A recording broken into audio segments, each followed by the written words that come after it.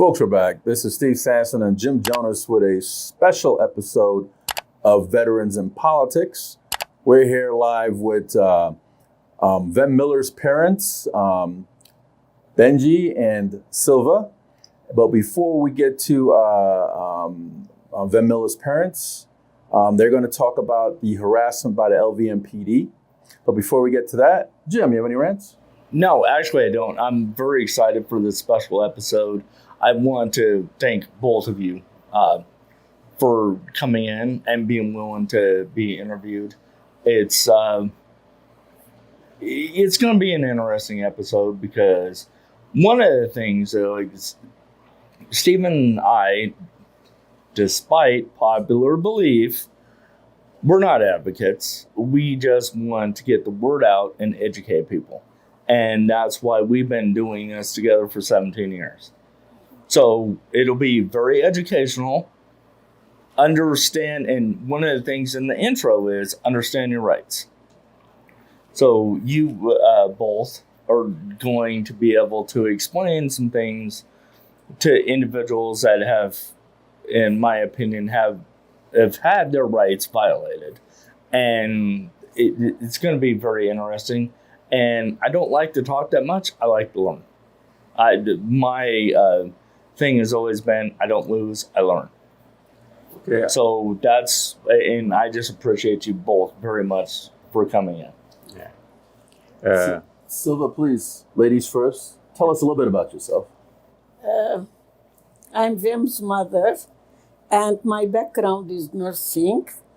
I was working as a nurse at registered level, like RN.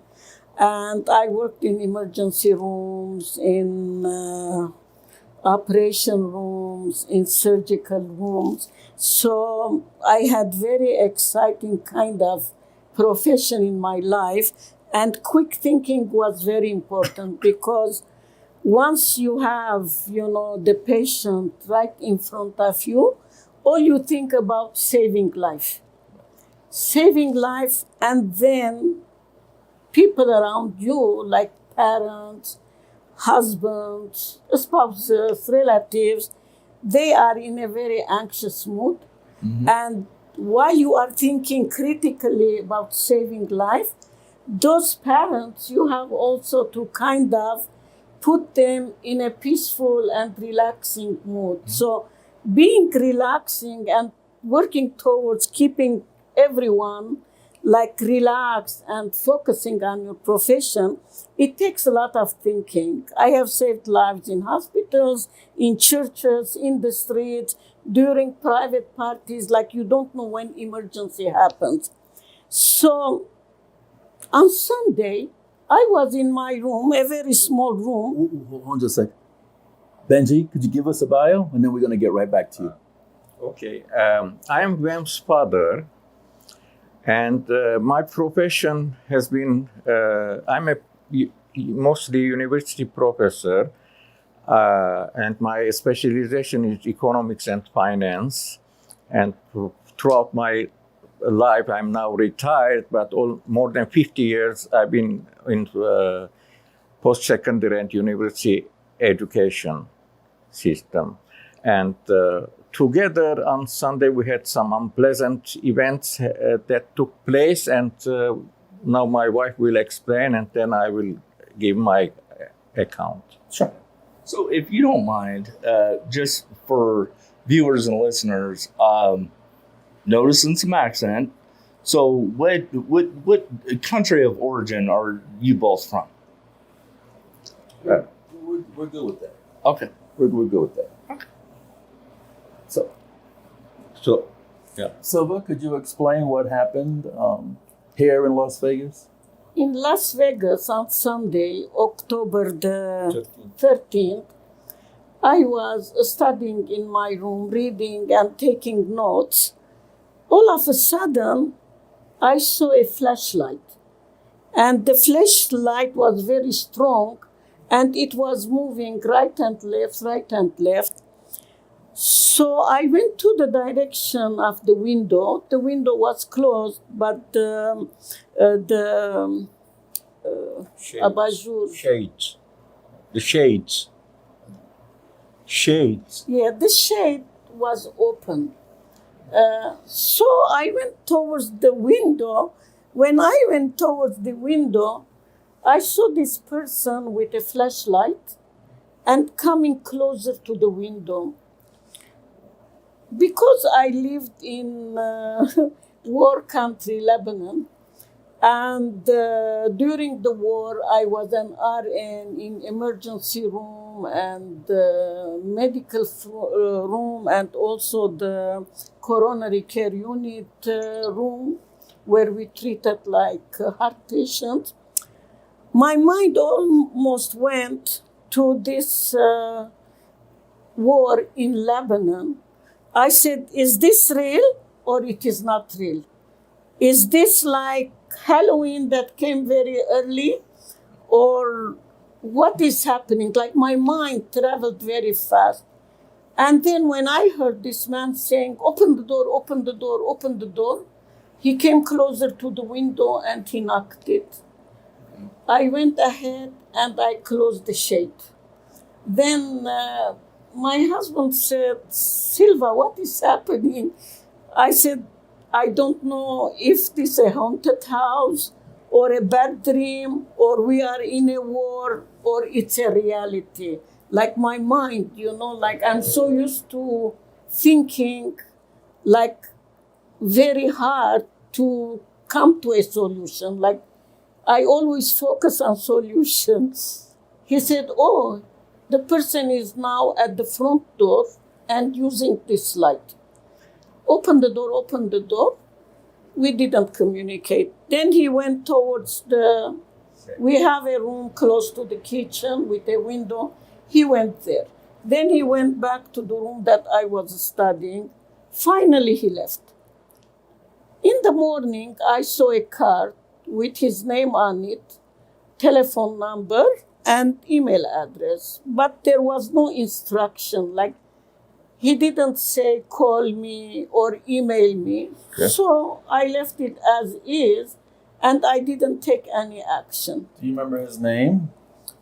His name is Tulio Pendulo. And where did he come from? He comes from Southern Nevada Counterterrorism Center. Okay. And Sergeant in the LVMPD. A sergeant in the Las Vegas Metropolitan Police Department. yes, yeah. Then all day we were scared. Like the night was very difficult night because we couldn't sleep. Every movement, every light, every car like triggered our thinking that, what is going to happen next. So we had anxious feelings. My heart was pumping. I became kind of like fainting. My eyes, they start hurting. So I don't know what that light was. Was it a taser? Was it laser? I don't know. But the effect of it really affected my general well-being.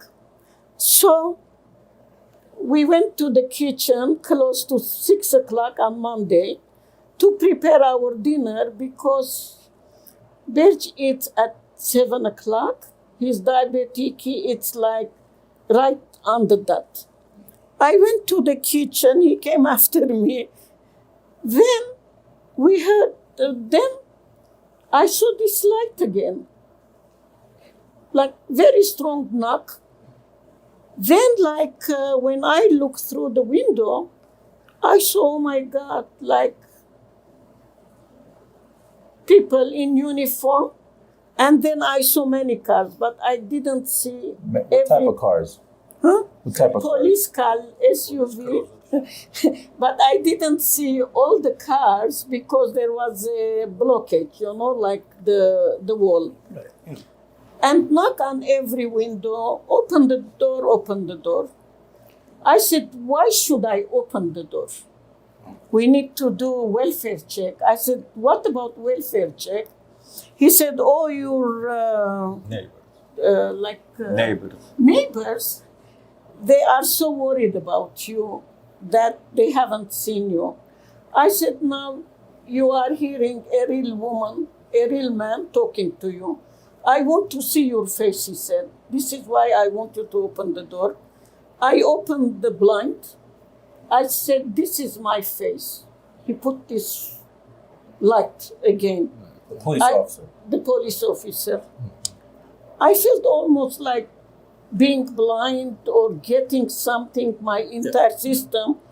I said, if you came here to check my welfare, like, we're good. You're alive, obviously. Yeah, so, why are you then using leave. this light? It's going to blind me.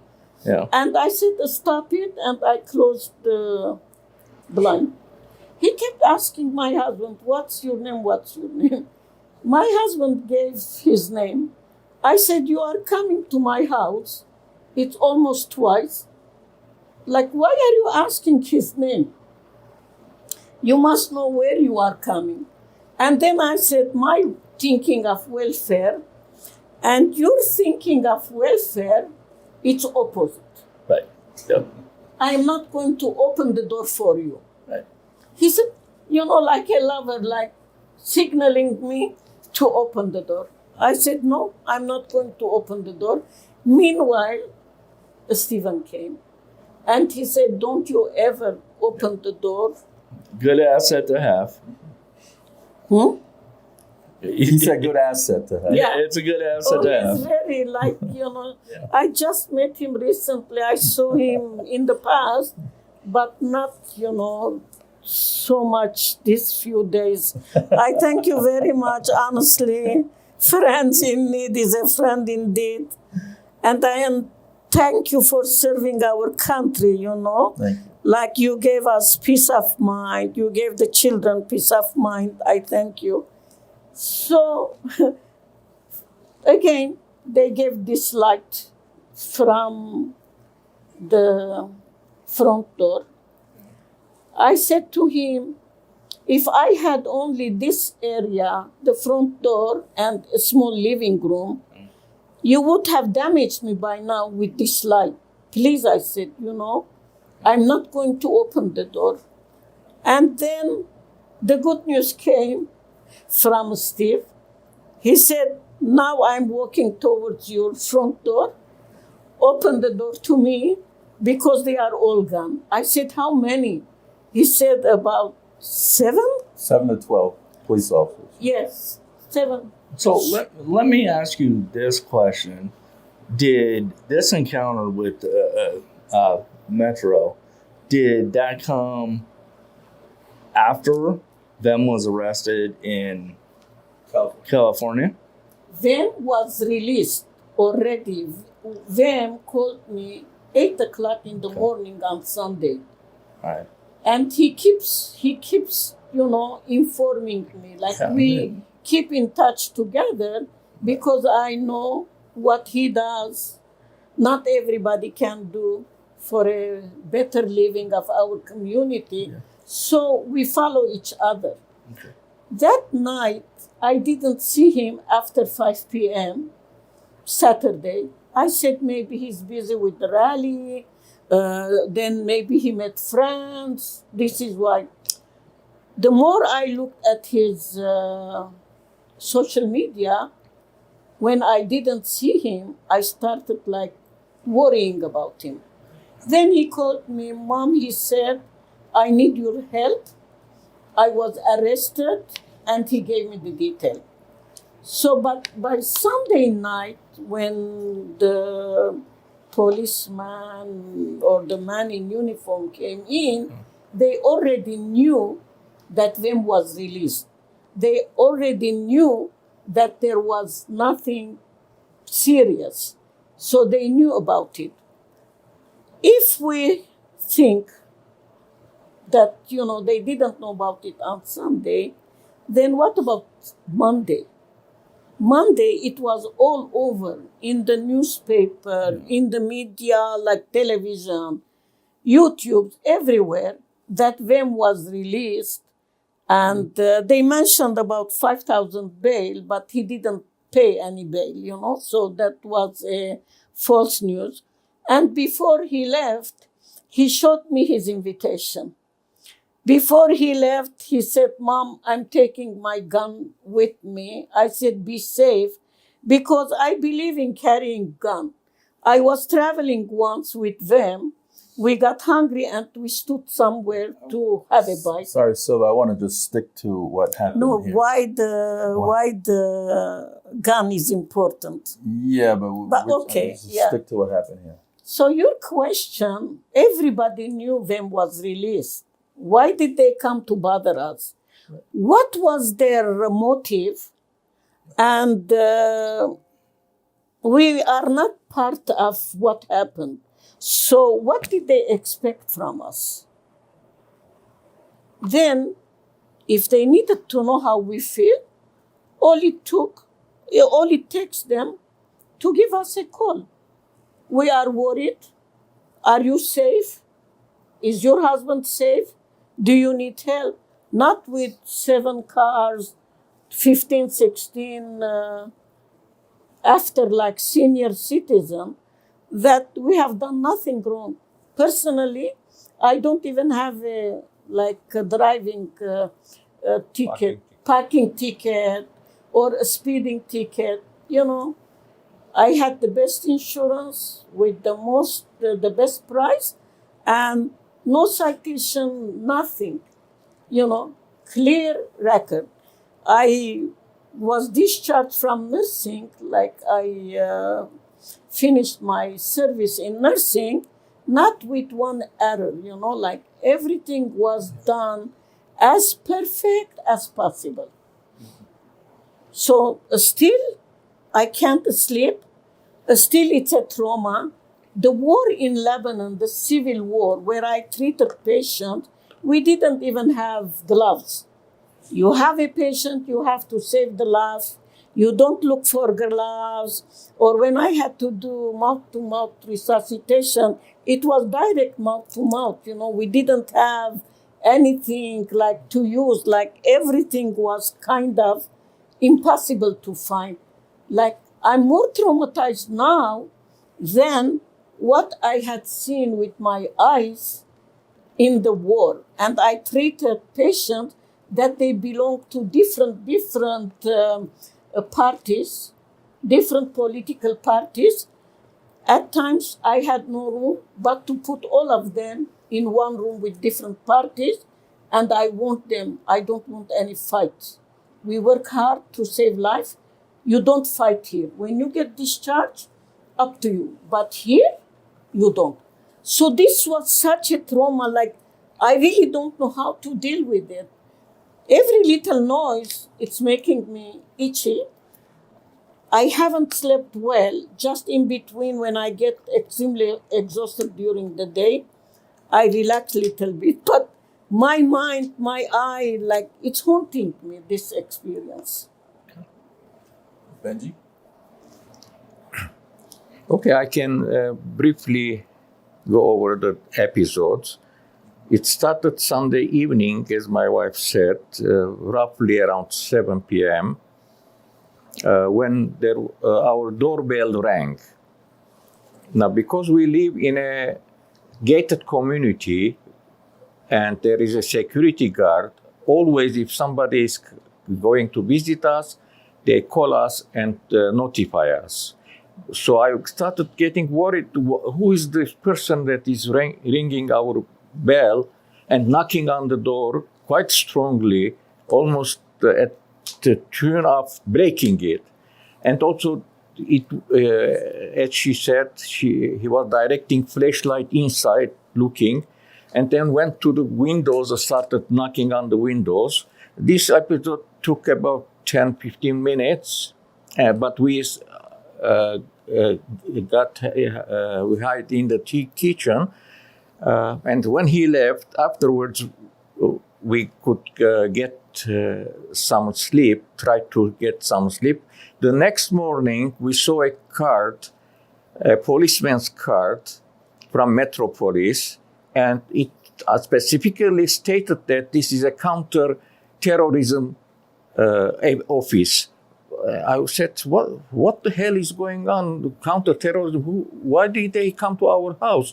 We are elderly people. I'm 81, my wife is 77, and we don't deal with politics or terrorism at all. Anyhow, Sunday went by, and in the evening, again, we heard ringing our bell and knocking on the door quite strongly and going around, knocking on the windows. That's when I got very worried, and for our safety, we called Steve, who was kind enough to rush and come to our house, and we didn't open the door at all. And Steve talked to the policeman, and they said that they are worried about they pretended that somebody from our neighbors had called them, worrying about our welfare. And he said that they want to see you. So I opened the shade, and the two policemen came, put the flashlight on, and I said, my first question is, do you have a search warrant? They said, no. If you don't have search warrant, I'm not going to open the door, I told them. But they said, but we need to see you and check your hand. I said, no, I don't open the door as long as you don't have a search warrant. And I said, you want our welfare? Here we are, both of us. We are safe. You can go now. And in the meantime, my wife called the neighbors, and nobody has called the police. So it was a total lie. And they kept on banging, but we didn't open the door. And also, Steve talked to them and explained that they have no right of coming inside our house, and that we are not going to open the door. And so finally they left, and Steve called us that they have left and came in. But this was total harassment. It was traumatizing experience for two elderly people. And we had to file a complaint against the police department that they came and disturbed our peace, as well as put us in a very traumatic situation.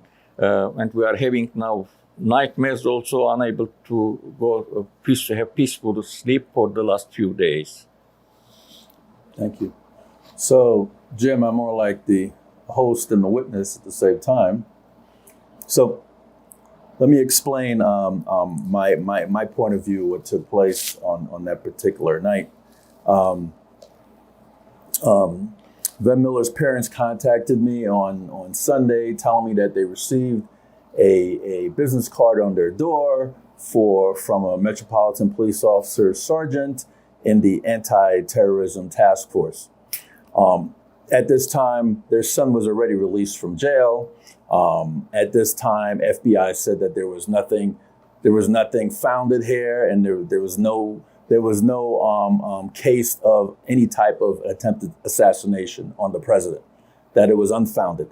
So right away, I'm like, why is the Anti-Terrorism Task Force from Metro come into their house to harass them? And they live here in Nevada, and the alleged situation took place in California. It just didn't make any sense to me. So I asked the parents if they want me to call, and they say, well, I should get a hold of them and find out. But by this time, Monday rolled around, and the parents called me up and say, hey, police officers are surrounded our house. So I'm like, what the hell is that about? You know what I mean? So I go over there, and there was between 7 to 12 police officers, all in uniform. There was about six or seven squad cars there, all sports utility vehicles. So I parked, and I walked through the sea of officers. So I am about to head onto their property.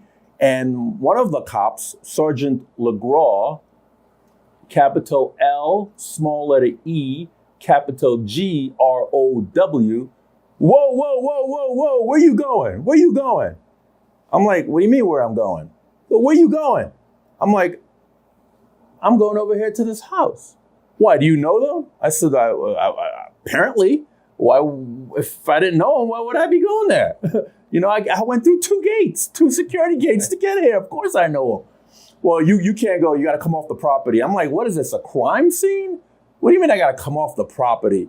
And they're like, wait a minute. So do you know them? I said it again. I'm like, yeah, I know them.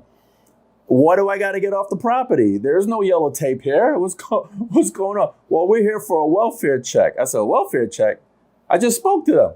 There's nothing wrong with them. Were you here for a welfare check? I said, when was the last time it took 7 to 12 officers to show up for a welfare check? I'm like, this is not no welfare check. This sounds like intimidation. This sounds like elder abuse. It sounds like you're just trying to have access to the house. So why would you want access to the house? I mean, this is not even your jurisdiction. I mean, this happened in California. Why are you here? This is a federal matter, if any. If it's a federal matter. Where's the U.S. Marshal? Where's the FBI? Where are them? You have no jurisdiction to go to their house. This is not no welfare check. I'm like, what the hell are you bullshitting? So anyways, I call up the parents. I said, hey, there's like a whole bunch of police officers out here. Neighbors already outside looking. And you know how neighbors. Right, yeah. And it's embarrassing for neighbors to come out, police surround your house. It makes you look like a criminal, right? Anyways, I get on the phone. I say, hey, there's 7 to 12 officers here. They want access to your home. They're claiming that it's a welfare check, but it's not a welfare check. Don't let them in your house. They don't have a search warrant. If they did have a search warrant, they would have kicked the door in. So they don't have any legal reason to be here. No legal reason to be here. So anyways, they overheard me. So what did they do? They think they're smart. So they go and call the owner of the house because they're renting the property. So they call the owner of the house. So the owner pulls up in a big white truck, pulls up, about ready to step outside to go to the house. And then I call them again. And I mean, my voice is loud, right? So I deliberately want to be loud, right? I want them to hear me. So I'm on the phone and I said, hey, the owner is here. Don't let them in the house either because you guys have a lease agreement. Right. So don't let them in the house. So when Officer LeGros heard me say that, he goes, I'm going to arrest you for obstruction of justice. I said, what do you mean you're going to arrest me for obstruction of justice? Obstruct what? This is not a crime scene. Yeah, a welfare check is not a crime scene. I know, and you're here on a welfare check. I said, this is not a crime scene. I said, so are you stifling my First Amendment right? I said, or are you telling me that I can't give them legal advice, although I'm not an attorney, but I can't give them legal advice? Is that what you're saying? Then the other cop comes, I don't know his name. He goes, well, you got to back up. So I went over to my truck and I called up 2 attorneys and I explained to them what happened on voicemail. And then I call up a judge and I'm over here talking to the judge. I'm like, hey, judge, there's about 7 to 12 cops out here. It's probably one of the most safest places in Clark County right now, wasting taxpayers' time and resources when they could be out there, catching criminals like robbers, murderers, rapists, or something like that. They could be out, but no, they're over here. They're over here trying to abuse their authority. They're over here trying to intimidate, and they're abusing the elderly folks that live there. I said, what kind of bullshit is that? So I'm saying it loud because I want them to hear me. So anyways, 4 cops come towards me, even the Sergeant LeGraw, and I remember that name completely, Sergeant LeGraw, and they come towards me, and one of the cops goes, what's your name? I said, what do you need to know my name? Why do you need to know my name for? Taxpaying citizen. That's what I would. That's all I would. I told him, I said, hey, my name is Steve. What's your name? You're not going to tell me your name? So anyways, we started talking, and I said, look here. You had no right to be here. You know that welfare check. You know that's bullshit. I said, who said that there's a welfare? who called you? I said, the only one that would call would be me or their son, which is in California. I said, who called you? And he wouldn't tell me. I said, it's a secret. I said, since it's a secret not to tell somebody who called for a welfare check. When did that become a secret? I've never heard of such a thing before. So I said to him, I said, look here, we all know it's bullcrap, okay? You're not here on a welfare check. You're here to intimidate these people. You're here to gain access to the house. That's what you're here for. This is not a welfare check. And then he goes, I said, I just got off the phone with a judge. I said, you heard him. I said, you know what? My next phone call is going to be to the sheriff. And then he goes, the Sergeant LeGras, oh, we have enough here. We have enough here. I said, you have enough of what? What did you have enough of? Tell me, what did you accomplish besides harassing these folks? What did you accomplish? You accomplished nothing. All you accomplished is wasting tax dollars when you should be patrolling the streets. You're already harassing these folks. That's the only thing you accomplished, right? So then they left. They left. So fast, yeah. All 12 of them got in their squad cars and left. So the moral of the story, folks, is know the law, know your rights. Just because somebody has a badge and a gun, that doesn't make them right. And what pisses me off, Jim, is that Sergeant LeGras is a liar. He lied to me. I mean, a law enforcement's supposed to be Above approach, Yeah. tell the truth. This guy lied. Not only did he lie to me, he threatened me with arrest because I was giving him sound legal advice and he didn't like it. Yeah. So he threatened me with an arrest, telling me that I'm obstructing justice. The only justice I was obstructed was his lies. That was the only justice I was obstructed. So know your rights, stand your ground. And that's why we're bringing this to your attention. We did a podcast earlier, but it was a lot of kids running around. It was a little bit hard to hear. So I figured let's do it again and make it clearer and people could understand that just because a police officer is knocking at your door, that doesn't mean you need to let him in. You don't need to let him in. Because why is he there anyway? If you didn't call 911 or 411, he doesn't have any reason to be there. No legal reason to be there at all. Actually, I just brought that up. And this is one of the reasons why I was Googling. To request a welfare check, you have to call 311, actually, non-emergency contact, and then give the address. So, and then when the officer comes to your door, he has to give you the request PIN number. They actually have PIN numbers for this. The exact PIN number of who requested the welfare check and what exactly the welfare check encompasses. So that's on the Las Vegas Metropolitan Police Department's website. The reason why they didn't provide any names is because there is no name. Right. It's because that cop, Sergeant LeGras, is a liar. That's all. Plain and simple. He's a liar, and he should be disciplined for that severely. So we filed, and all three of us filed a complaint with Metro's internal affairs, and we're also going to file a complaint with the Citizens Review Board. So, and one thing I've noticed, if you put these things under the rug and you don't say anything about it, what happens? They do it to the next person. They do it to the next person. And next time they might even be more abrasive and more abrasive. And this is how innocent people get killed. Yes, very true. So what happens if Mr. Miller was at the house? What they were going to do, draw on him? They were going to open fire on him? And this is ludicrous. So there you have it. It's very true. Anything I say that No, it's very true. Yeah. And the damages it caused on our mental health, on our physical health, I cannot describe. Like, two of us, we haven't slept a good night sleep, We are up, we look at each other, Then we are up again. We look at each other like And- no reason to go through this. Like nobody should go through this. And I just wanted to add on another note is that I did contact Sheriff McMahill.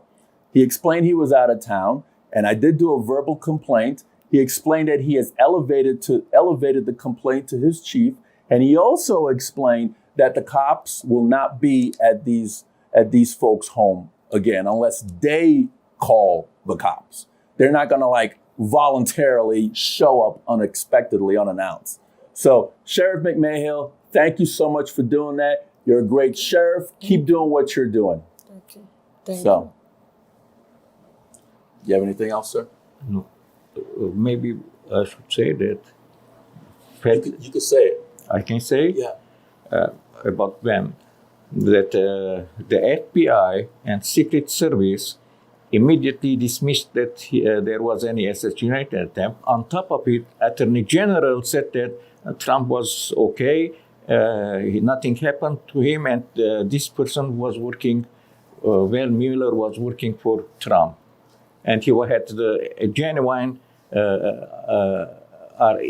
invitation from the Trump camp. Campaign to be where he was. Yeah. And another thing, if local police cannot just pop up to your house for something that happened or allegedly happened in another state, they need to be accompanied by the U.S. Marshal or the FBI because they have no jurisdiction what takes place allegedly in another state. None. There you have it. Yep. 100%. Anything else, Jim? No, I just want to say I just really try to get some better sleep. I know it's hard based on what you guys went through, but yeah, and I guess I will make a little bit of a political statement on this one. You kind of alluded to what country you were originally from, but this stuff shouldn't happen in the United States of America. No matter what country you're from. Well, yeah, but I'm just saying in general, like that was the whole purpose behind this country. And now you got, and I'm not going to say the political party, but you have a political party in this country that is actually, using the Department of Justice to go after people that don't agree with them politically. And that's just, it's just wrong. Yeah, that's This shouldn't happen in the United States of True. America. And good thing for us, we have people like Steve Sanson that won't tolerate that. Yeah, he showed up at your door, and cops don't like seeing Steve because he knows his rights and he exercises them, and he understands how the law We are works. very, we are very happy that we knew about Steve, and he could intervene. Otherwise, I don't know what these counter-terror policemen were going to do to us. Maybe Probably- he showed up for a welfare check too. The counterterrorism. Probably He showed up for a welfare what I suspect, they would have ransacked our house and walked away with our stuff. But thank God we didn't have to leave them in. And Officer Tulio Pandulo, I hope I pronounced that correctly, Sergeant for the Southern Nevada Counterterrorism Center. Did you also show up for a welfare check as well the day before you sent 12 cops to show up to their house? I just want to know because these are unanswered questions, and hopefully that IA report will answer some of the questions for us. We want to know why you were at their house, period. Tell us, and then we want to know who sent you. Those are Yes, two. who are Yeah. behind him? Yeah, you who know? sent you, Yeah. and why did you show up? And why are you breaking the law? Yes. Why are you breaking the law? FBI wasn't with you. U.S. Marshals wasn't with you. You have no jurisdiction. Why are you breaking the law? Yes. Why was he there so aggressively? Yeah. Anything else you want to say, Benjamin? Thank you. Else you want to say? Thank you. We appreciate the work you're doing. Okay. Jim? No, I'm good. I just thank you both for coming in. It's a very emotional situation that you guys were put through, unfortunately, by illegal actions allegedly, I got to say that, by the Metropolitan Police Department. But thank you guys very much for being willing to come in and speak about it candidly on air. It's not an easy thing to do.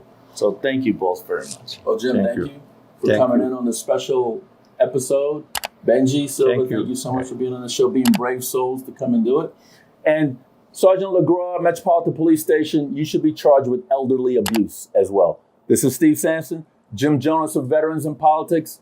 Until next time.